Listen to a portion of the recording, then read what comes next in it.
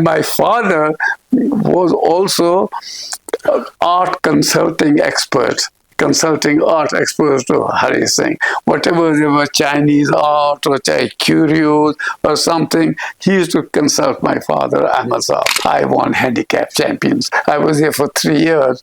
First year I was the handicap runners-up. Second year I was the handicap doubles winner. And third year I was the handicap singles winner.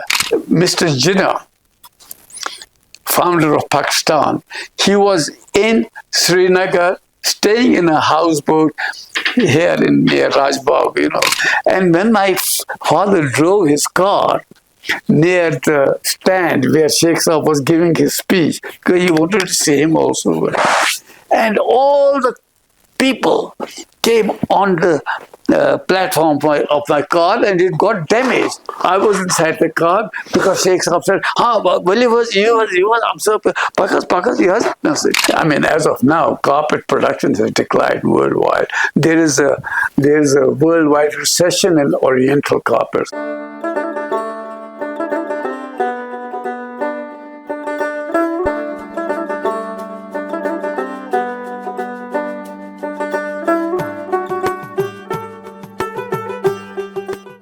اجالے اپنی یادوں کے ہمارے ساتھ رہنے دو. Kashmir life میں آپ کا خوش آمدید. میں ہوں مسعود حسین اور یادیں کی ایک اور کڑی لے کر میں آپ کی خدمت میں حاضر ہوں. آج کی اس کڑی میں ہم ایک الگ شخصیت سے بات کریں گے جو 1931 میں پیدا ہوئی، جسے کشمیر کی پولیٹیکل اویکننگ کا سال کہا جاتا ہے. جو جموں کشمیر کے لاسٹ مہاراجہ بننے جا رہے تھے، جو بعد میں ریجنٹ بنے، کرن سنگھ، ڈاکٹر کرن سنگھ، وہ بھی اسی سال میں پیدا ہوئے. تھوڑا جن شخصیت سے ہم بات کریں اس کے بعد، یہ بیسیکلی ایک بزنس فیملی سے ہیں، فتح قدل سے تھے.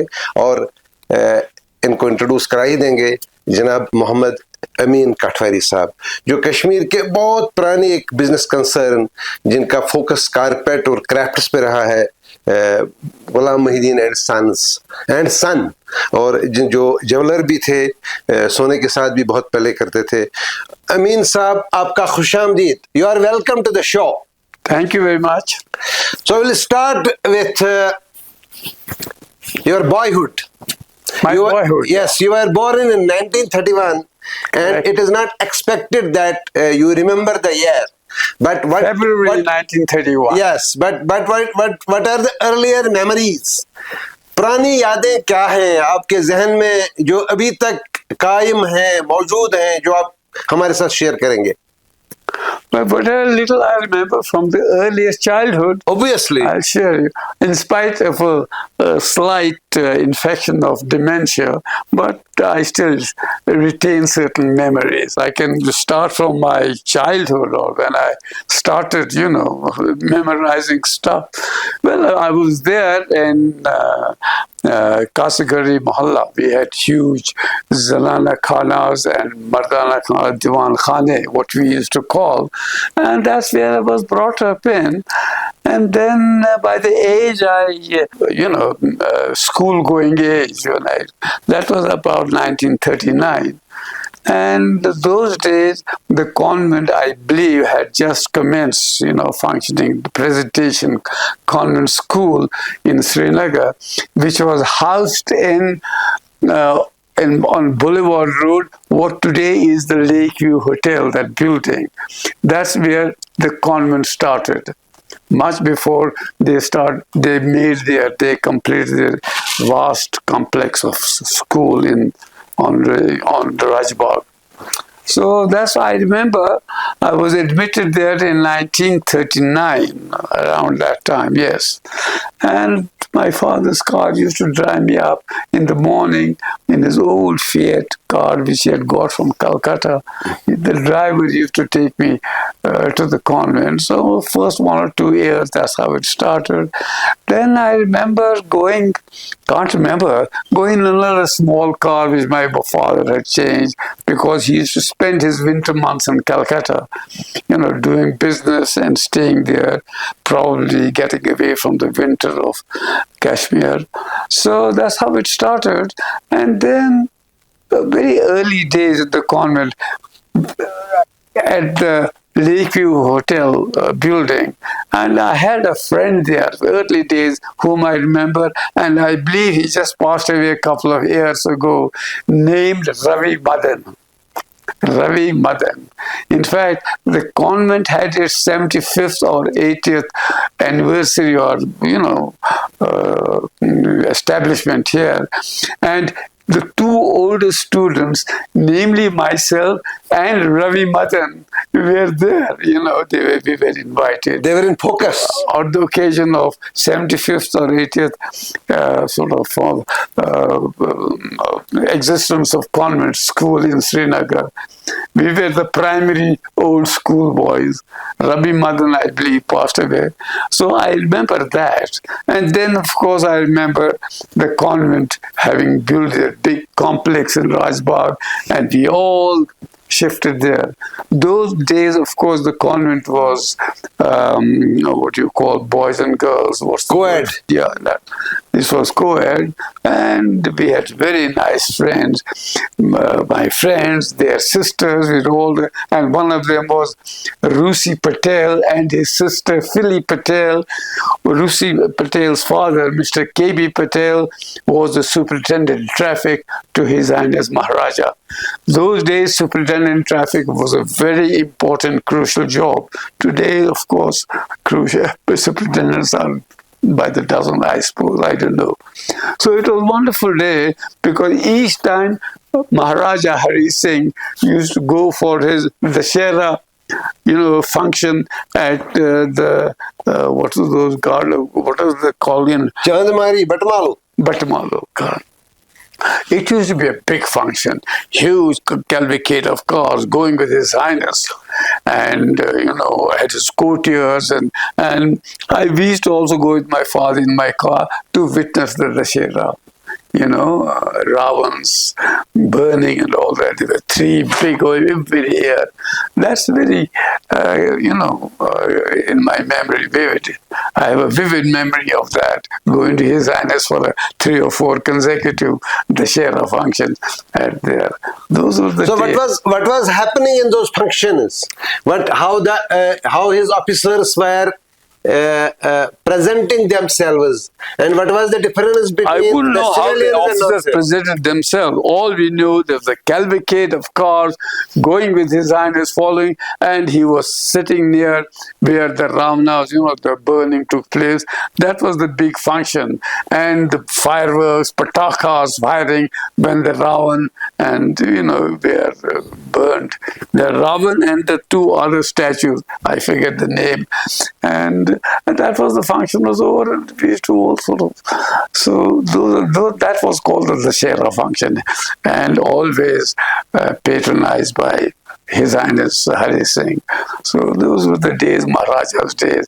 And my father was also an art consulting expert. Consulting art exposed to Hari Singh. Whatever there was Chinese art or curios or something, he used to consult my father, Ahmad Saab. So that way he had a reputation, my father. So times went by, and then of course his history, Maharajas and princely, era went away from India. So was, the bigger Maharaj. Our His Highness Maharaja was probably the 3rd largest, if I remember.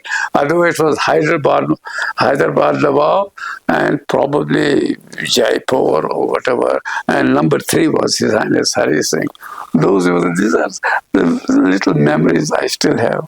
And then, of course, usually we shifted to the convent school and the whole thing. And then I think within few years, quite a few years, I think 1946, 47, Burnhall School was established, the boys' school, Burnhall, and then convent became wholly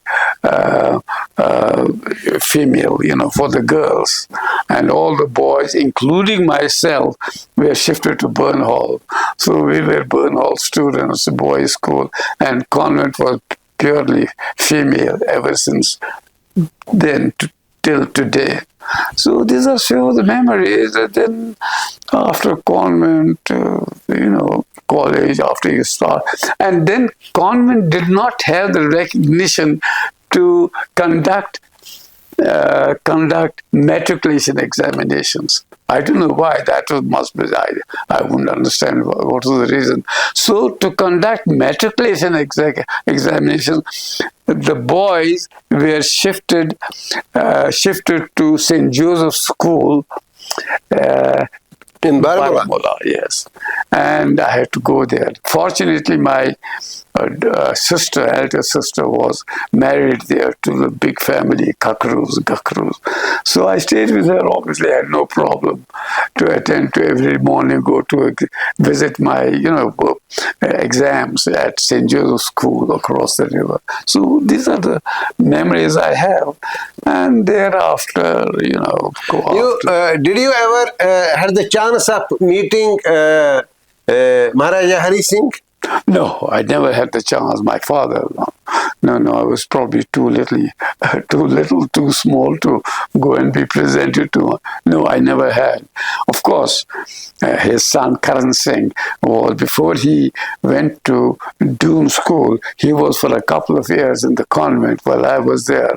So I think he was a class senior to me or something. But I remember we played hockey together. This is why I recall to him a couple of days ago when we went to this Amar Singh Club function. So it was, a recollection of old memories. He still remembers quite a bit. I mean, he's still got vivid memories of it.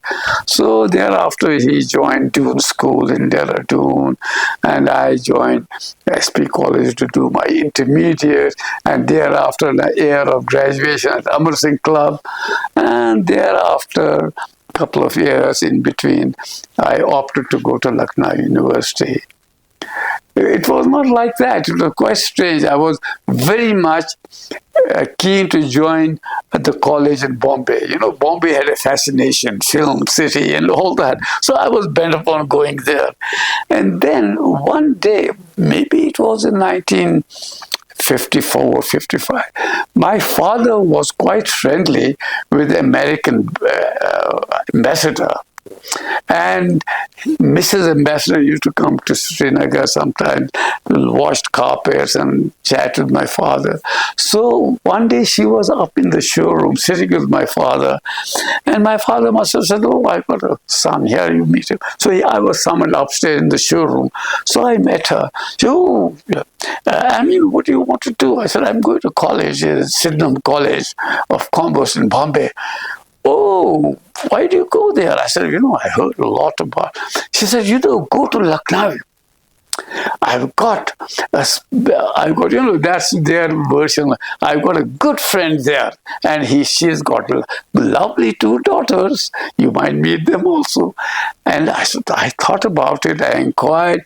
So I said, "Well, Lucknow is a good place to go, Nawabi place and good Lucknow." So I opted and I got admission. And then she has sent an introduction to me. This was Begum Ejaz Rasool. She was quite social, in politician or whatever she was. She used to go to the United States often. Begum Ejaz Rasool was the wife of Nawab Ejaz Rasool of Sindhila, the real Nawabs. Her husband had what they call Nawabi Sanad from the British people. Though Sindhila was there. It's a very interesting story. Sindhila was their village.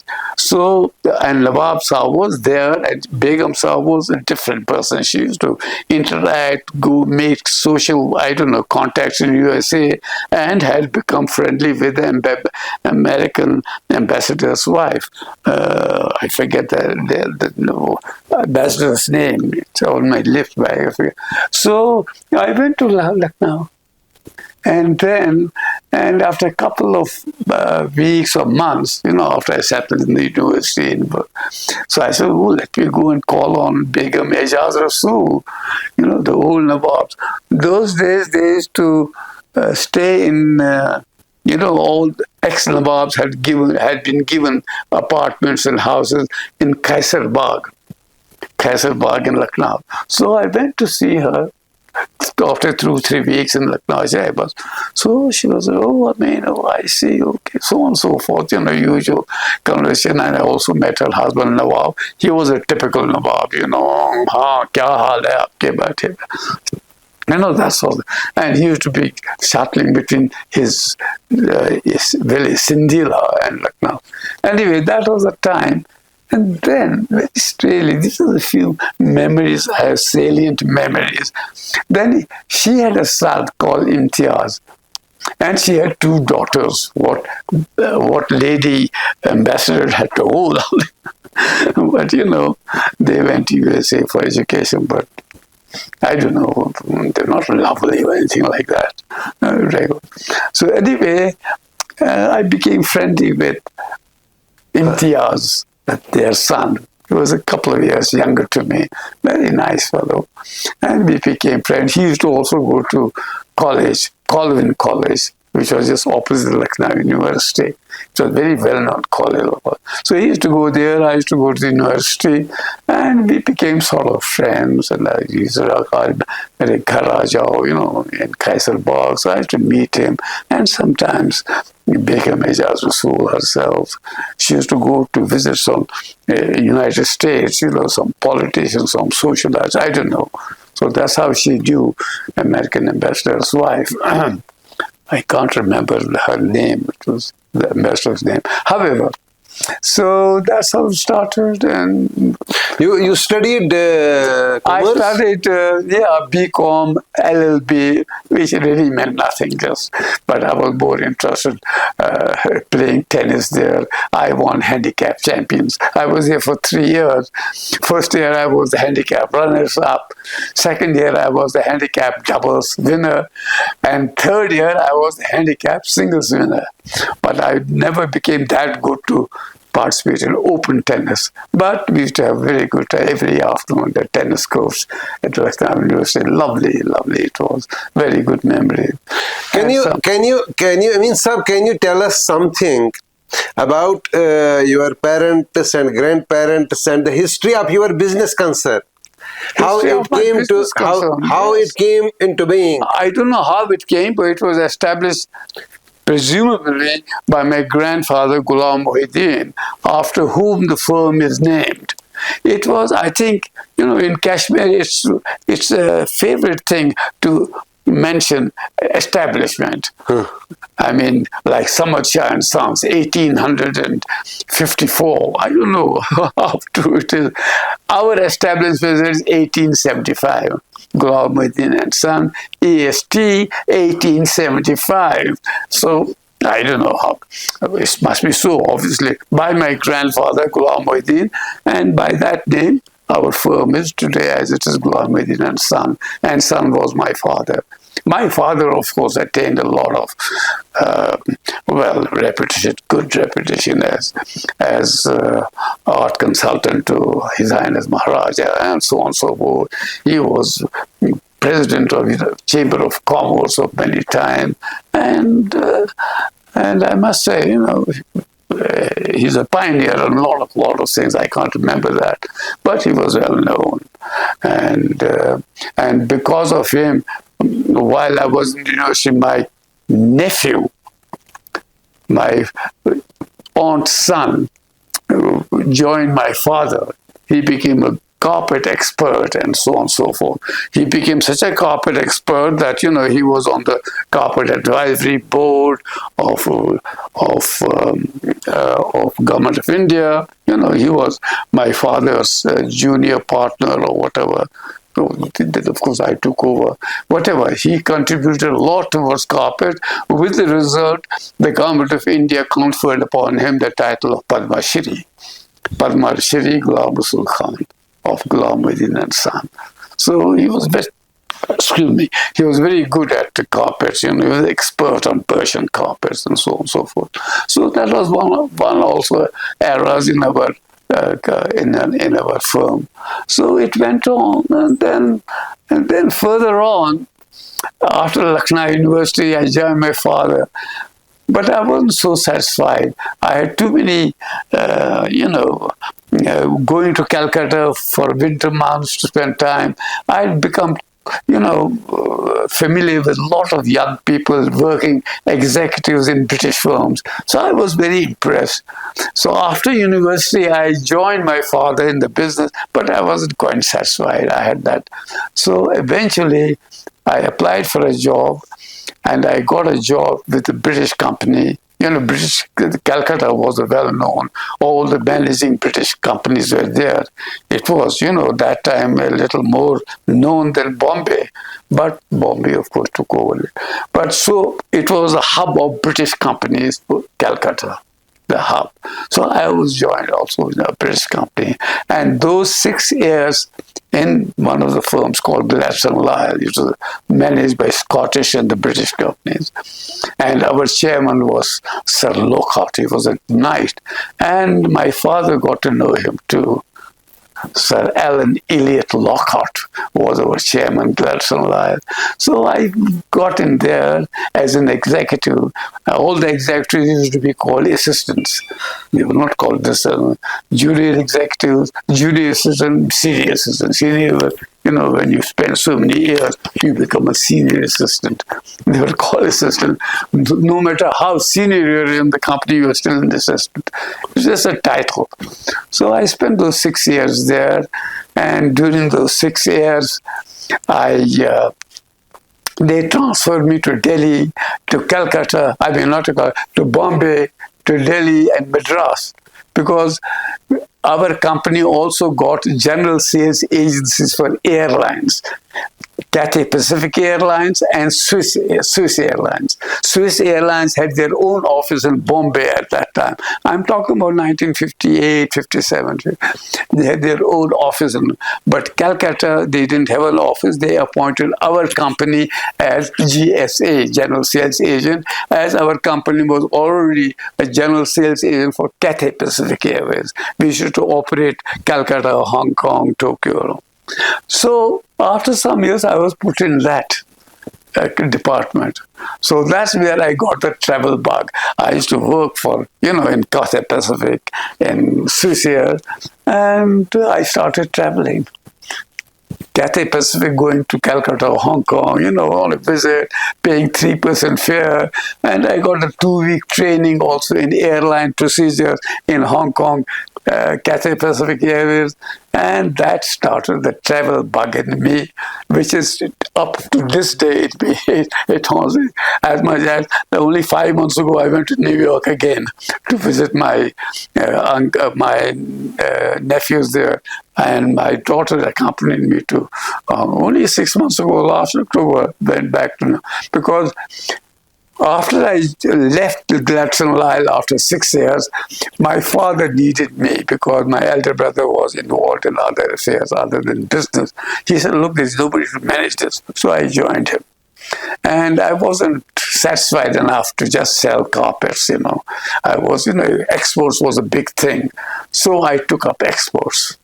With the result, the exports of carpets to big importers and big department stores in Europe. So I became very familiar with them. And then my travel started. Every year, my desire was realized. I would go to meet the buyers, wholesale buyers in Europe, and mostly in Frankfurt, in Zurich, and London. London was, of course, favorite. All my old friends were there posted.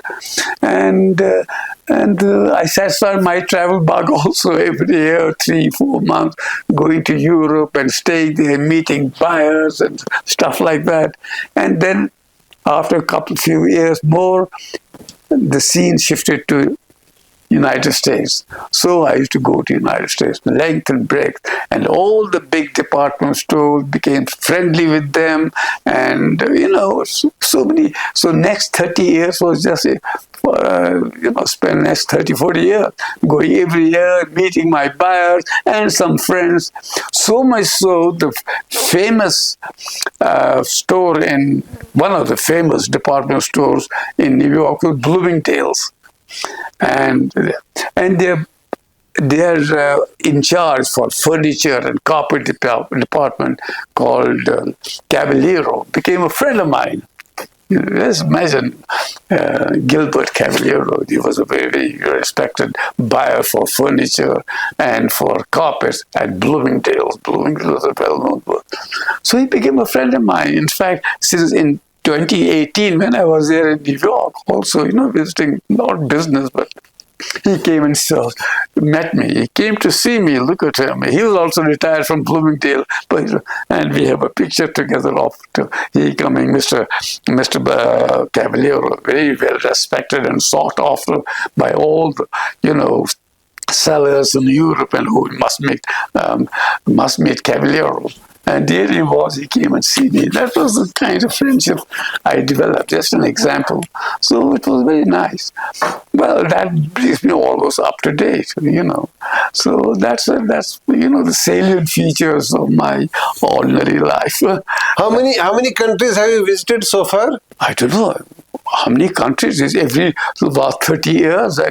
European cities, yes, obviously, wherever European cities, you can, Central Europe, Belgium, Germany, Switzerland very often. And we had store buyers in what's it called? Denmark and Copenhagen and Sweden, Stockholm, regular. And then Finland and regular buyers, some of my friends, but a lot of them have passed away. And these are all over Europe, And then America, length and breadth. We had buyers we had store buyers in San Francisco, in Los Angeles, all the big stores. I used to visit them. And then Chicago, good buyers, big stores there, Carson Perry Scott and all those, we used to talk about them. Chicago and lots of other in the South, in Texas and all that, other buyers there, length and breadth of the United States. And also in Canada, in Toronto, we had a store buyer there. So there, and I had some good old friends in west of Canada, Vancouver side, the most beautiful place over there. So I had a buyer there and some old friends who settled in. So it would be a regular time. So, but as an Indian, as a Kashmiri, or as an Indian, I'm one of the very few who took a trip down to South America. Brazil, and Lima, and these countries. I'm one of the few. Whoever I interact with, they've never been to South America. But I went there like a tourist, about 8 years ago, 7 years ago. So travel, but I satisfy myself. Jam cash vehicles एक सायादार दरख्त की तरह कई खिदमात लोगों की आसानी के लिए फराहम करता आया है, जैसे नई गाड़ियों को खरीदना, सेकेंड हैंड गाड़ियों की खरीदो फरोख्त, तिजारती गाड़ियां भी मैसर होंगी और टू व्हीलर व्हीकल्स भी दस्तयाब यहीं। आपके लिए गाड़ी चलाना आसान हो, उसके लिए मारुति ड्राइविंग स्कूल की खिदमात, अपनी गाड़ी के लिए जरूरी सामान खरीदना हो या चलते चलते गाड़ी खराब हो जाए और ठीक करानी हो, उसके लिए वर्कशॉप भी यहीं। तशरीफ लाएं jam cash vehicles, Haiderpura, Srinagar, हमें खिदमत करने का मौका दें। Trying to take you back to an era, the 1947. 1947. Correct. What do you remember of those days? Because you were 16 then. Sweet 16. Yes, I do remember, but I still have some memories of it. What are these? That is the time, 1904. My brother was very involved in politics, in the sense he was more like, in fact, Mr. Jinnah, founder of Pakistan, he was in Srinagar, staying in a houseboat here near Rajbagh, staying in a houseboat. My brother had got friendly with him because he was in Lahore. In fact, I visited when my brother was in Lahore in Law College. It was in 1947 or something around that, before or after partition. We used to, because the lifeline of Kashmir with the rest of the country, with India, was via Rawalpindi. Before, this is before the partition. So we used to go to Lahore and Rawalpindi and Lahore. Bari, Rawalpindi, Lahore. It was a usual thing for everybody, when there was no India-Pakistan. So that is the time. That's the time I had already joined the college. So that I remember very vividly, driving to Baramulla and Kohala, up to Murray, down to Rawalpindi, and down to Lahore. And my brother took me where he was a law college, student in Lahore. Those visits I remember, and that's around 1946, 1945. Then came the partition. That is the time I was here very much. No, but let me ask you more about your frequent travels on the Jhelum Valley Road. On Jhelum Valley Road, that Baramulla, Murray, Rawalpindi Road. Yeah. So how frequent were you visiting? We were going in a taxi, in a car, always. Probably once I traveled in a bus, but I don't remember that. But it was always in a taxi or in private car. My brother used to take me, and even if I did have to go to Lahore, but to go to rest of India, to Delhi, you have to go. The same usual route, Rawalpindi, Lahore, Delhi. That was the lifeline. Today the lifeline is Srinagar, Jammu and onwards. So that's why nobody talked. I remember that very vividly. Come October, the Darbar has shifted to Jammu, His Highness Maharaj Darbar, and Jammu, Srinagar. Srinagar, Jammu were closed for the winter. That was a typical, you can verify it. From October onwards, says Yeshu Band. Sorry, Banyal hai Band. Banyal was a sort of thing. So the lifeline used to always be Srinagar, Rawalpindi. So then, of course, this took place, as we are all familiar with the Kashmir, the 47 war and all the tests between the two countries. And then, of course, India had to reorganize and make it the main lifeline, Srinagar, Jammu, and rightly so. So that's I remember. What are your memories of 1947? Memories of 47? Yeah. 47 memories, I remember that I think the conception was that, India and Pakistan were created on religious basis. Indian north side, Kashmir, Muslim dominated became Pakistan and downwards. So, and it was probably taken, if I remember, my impression, it was taken for granted. Not that it was politically sort of agitated or something. Taken for granted that Kashmir also, because of Muslim religious factor, it will become part of Pakistan like all the... That didn't happen. I think maybe in my own personal opinion, those days, Pakistan became a too-bit aggressive and played the wrong card. And it got the war, and then Pakistan got out of it. Whatever little they could retain out of the Pakistan occupied, which is today, is theirs. And now it has got permanent feature now. We are part of India. And this is, Pakistan is still probably cribbing about it or want to mention it, but it's obviously totally settled. We are part of the constitution, Indian constitution. So, what was happening in Srinagar in 1947? We're in Srinagar? Yeah. I can't remember much. No, but people welcomed it, and There was some crashes. No, nothing at all. No, people welcomed it, Hajivan Gya, and they took it for granted that will be part of Pakistan. That I remember well because of religious factor. Religious or Muslim domination of the valley. So it was taken for. But then I don't know what happened. I believe Pakistan played it wrongly. Played its card or sent the frontier. Kabaili. Yes, that was where they went totally wrong. That's where their blood. I mean, this is my impression. And that time too, that gave a tremendous one, as everybody knows, gave His Highness Maharaja a tremendous opportunity to accede to India, which is of course a known fact, and call for the Indian, help to drive away the tribesmen. So after that, the story is well known. But we were quite excited. We used to, I remember, from our rooftops, we used to watch the planes, Indian planes coming and bombarding and all that sort of thing, and the raiders. Coming as near as where we have these Shalteng. That I remember. This I have a vivid memory, and we would go on our rooftop in our old house in Kasagari Mahalla. We shifted to this place in 1947, same year to this house today here, and. Because an old family, British family used to live here, Mr. and Mrs. Davis.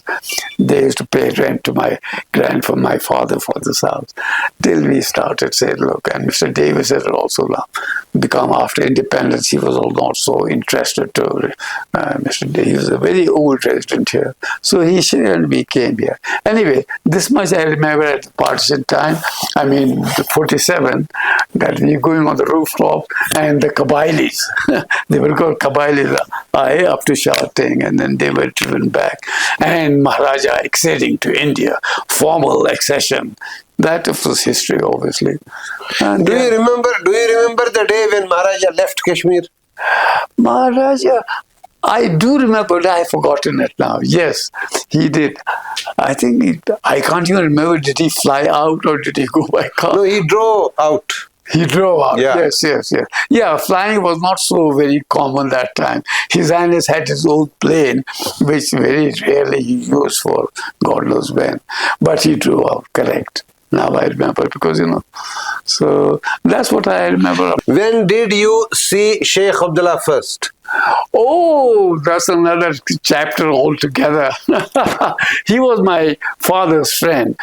I'm told that when he came from Aligarh in 1931, and there was some little agitation about it, and he wanted to come to Srinagar, and he did, but he belonged to Saura, his home was Saura, and it's told, this is a fact, my father provided him, where we used to stay in Kasagari, Lara, one of the garage, above the garage, there was another house, a little 50 yards away from our house. We had my motor garage. And he gave Sheikh Saab accommodation to stay there while he came from Saura.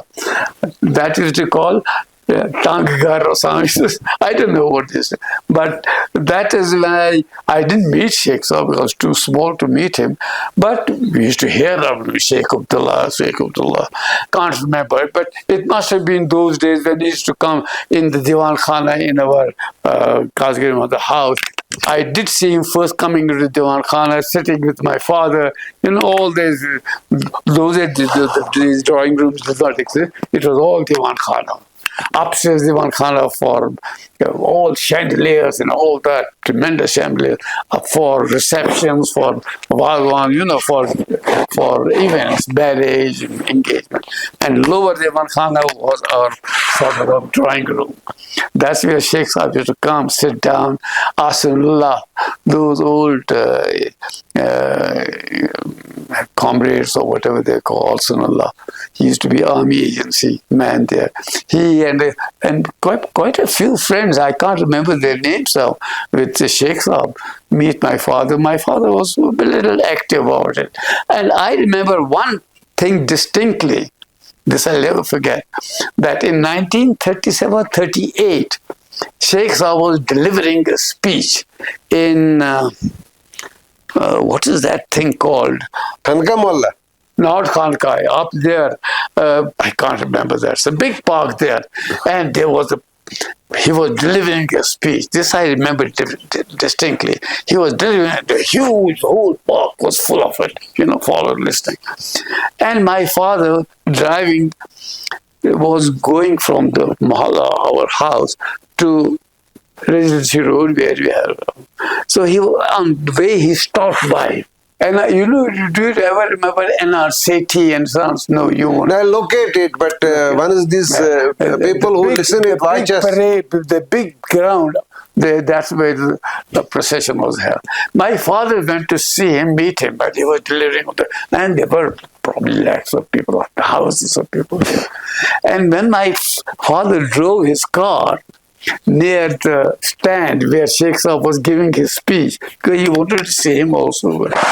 And all the people came on the platform of my car, and it got damaged. I was inside the car because Sheikh Saab said, he was Pakas, yes.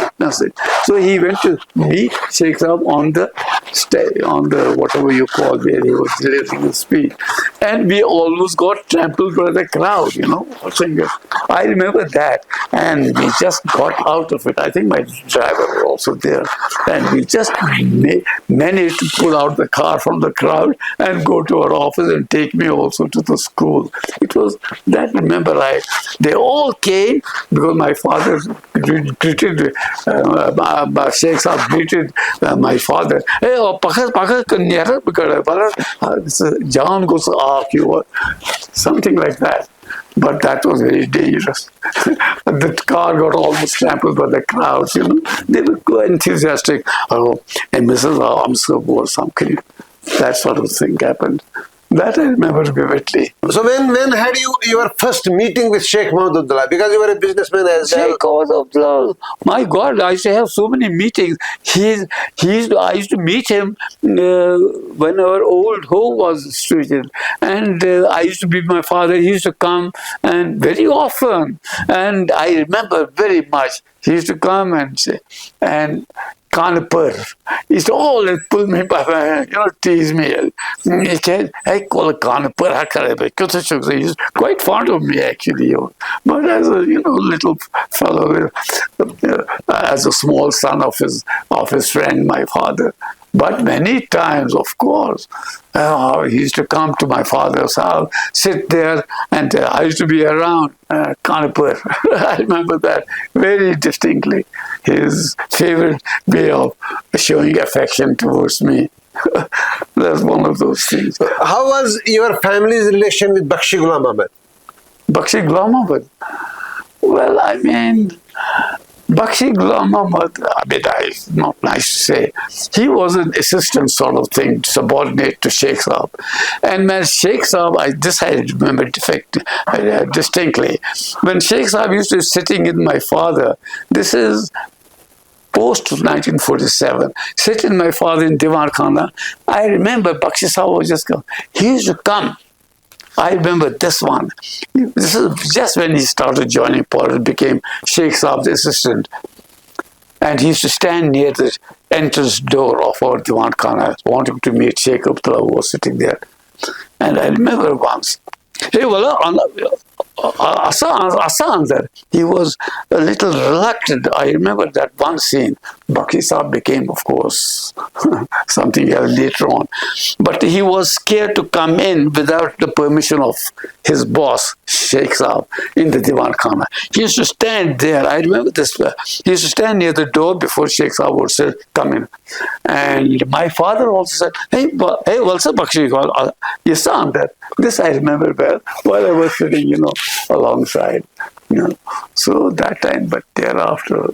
What happened during Bakshi era? That was almost 10 years long. Nothing. He gained power. He was, everybody knows he was, his active representative was Bakshi Majid, who is a more social type of person who would meet friends and create a good sort of relationship with all old people. Bakshi Majid was more of a socialite man, very nice, good to look at, whereas other Bakshi brothers, including Bakshi Saab's own elder brother and himself, Bakshi Saab was totally politician, but Bakshi Majid was his what's the word for it? Social man, keep a social relationship. That's what I remember about him. And Bakshi Saab then, of course, gained power and whatever I remember, that's all history. You people will know much more about it. And, came more into confidence with the central government. And then he rose to become the chief minister. But there was, of course, he was also notorious, as far as I remember, as my he made good money. Bakshi Saab's family and all that.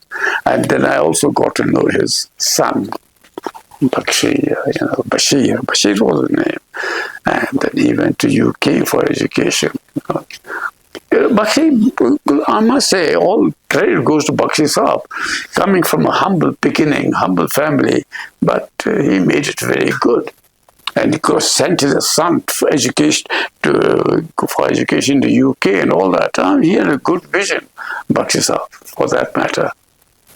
So, and then of course, but he also became notorious for making fortune. How far it is true, I don't know. At the conclusion of this very enlightening and interesting conversation, can I ask you about the rise of Kashmir craft and the fall of it? Or is it fall? Is it falling? No, I don't think it's falling, but there is, as of now, there's a paucity, there's a shortage of good craftsmen, what we had in previous years. I mean, I'll give you, for example, my own trade, carpets, Persian carpets. There's a difference in weaving carpet. Not Persian, I mean Kashmir carpets. There's a difference in weaving certain carpets. There is something called single knot and double knot. Most of the Persian carpets are made in single warp, single warp thread rears and single warp thread in the front and weave a knot. Whereas the shortcut to this kind of thing is 2 warp threads from the rear and 2 warp threads from the front and tie a knot. That's called double knot. And that became more sort of, we can't get today weavers who are willing to weave single knot carpets. They are more crisp, they are more pattern, and that is what Persians still do. But carpet, as of now, carpet production has declined worldwide. There is a worldwide recession in Oriental carpets. I'm not talking about machine-made carpet or ordinary Indian carpet. There's all good, Indian carpet made in Badawi, Mirzapur, and so on and so forth. I'm talking Persian style or Oriental carpets with Persian designs, which was concentrated in Kashmir and to a large extent made in Agra and to some extent in Jaipur. And of course, Pakistan also makes. The fine workmanship of Kashmir craft is declining. That is happening all over the world, nothing new. There are no craftsmen left in Europe or America. There is no such thing today, very rarely. So we used to still be, particularly Kashmir, and the rest of India used to be very, very still sort of, active. But that has declined. And the finer features of craftsmanship are definitely, like I gave you the example, we can't find weavers for single knot carpet weaving. For instance, giving our own example, our Kashmir example, most of the carpet weavers today have shifted to making shawls, or other craftsmen, things like that, which are selling, papier-mâché and so on and so forth. The carpet production has declined. There is little demand, less demand, I would say. So that is today's picture of Oriental carpet industry. And that is true, for instance, internationally also. Oriental carpet departments in big world, famous department stores all over the world. They have drastically reduced the size of their carpet department, or nothing. What used to be big halls in the department stores of rental carpets now are in small little rooms. That speaks volumes, and that is even of today. I can give you multiple examples of the big stores where I used to walk into huge carpet showroom or rental, and today they are in small rooms. The largest well-known stores, I can give you examples, be it in Europe or be it in America, the story is the same. So there is a decline. So नाजरीन, आपने सुना जो हमारी conversation अब तक रही, ये एक शख्स की कहानी नहीं है, कश्मीर के एक बड़े बिजनेस की कहानी है जो 1874 से शुरू हुआ बैनामे अमृतसर के 10-20 साल बाद, और अभी तक माशाल्लाह पोलोवी में अभी तक मौजूद है। ये कहानी है अहमद साहब की। कुछ हिस्सा उन्होंने बताया अपने वालिद साहब का, जो बड़े मारूफ ज्वेलर भी थे और बड़े पॉलिटिकल एक्टिविस्ट, या महाराजा के बाद जब ट्रांजिशन हुआ तो उसमें भी वो किसी तरह से उसके साथ कनेक्ट रहे। तो खैर, मैंने पहले भी कहा है कि ये जो मेमोरीज है एक पर्सनल हिस्ट्री प्रोजेक्ट है जो पॉपुलर हिस्ट्री नहीं है। पॉपुलर हिस्ट्री को इम्प्रूव और करेक्ट करने में कभी कभार मदद भी कर सकती है, या कन्फ्लिक्ट भी होती है, कन्फ्लिक्ट में भी होती है। खैर, मैं इन कलमात के बाद अमीन साहब से इजाज़त चाहूँगा कि उन्होंने इस उम्र में, ये वैसे आप इनकी उम्र पर मत जाइएगा, ये अब भी गाड़ी चलाते हैं, अब भी अपने काम सब करते हैं, अब भी वॉक पे जाते हैं, अब भी सोशल गैदरिंग्स में होते हैं, और अब भी तकरीरें कभी कभी जरूरत पड़े तो करती हैं। तो Amin sahab, we are so thankful to you for sparing so much of time and sharing with us whatever memories are there. We are very Thank you, sir. Thankful. I hope whatever information I imparted to you has become useful. And sometimes a lot of things that I may have said are irrelevant. That's quite Nothing possible. is irrelevant. That's quite possible. All of us sort of say a lot of irrelevant things of which we are personally interested, but doesn't interest you all. That's a common human failing. It is basically a personal history project. So you have right to your every memory, and every bit of it is important for the project. So we thank you, and we hope that we meet again. Thank you, and so welcome, sir. Most welcome. May you have long life.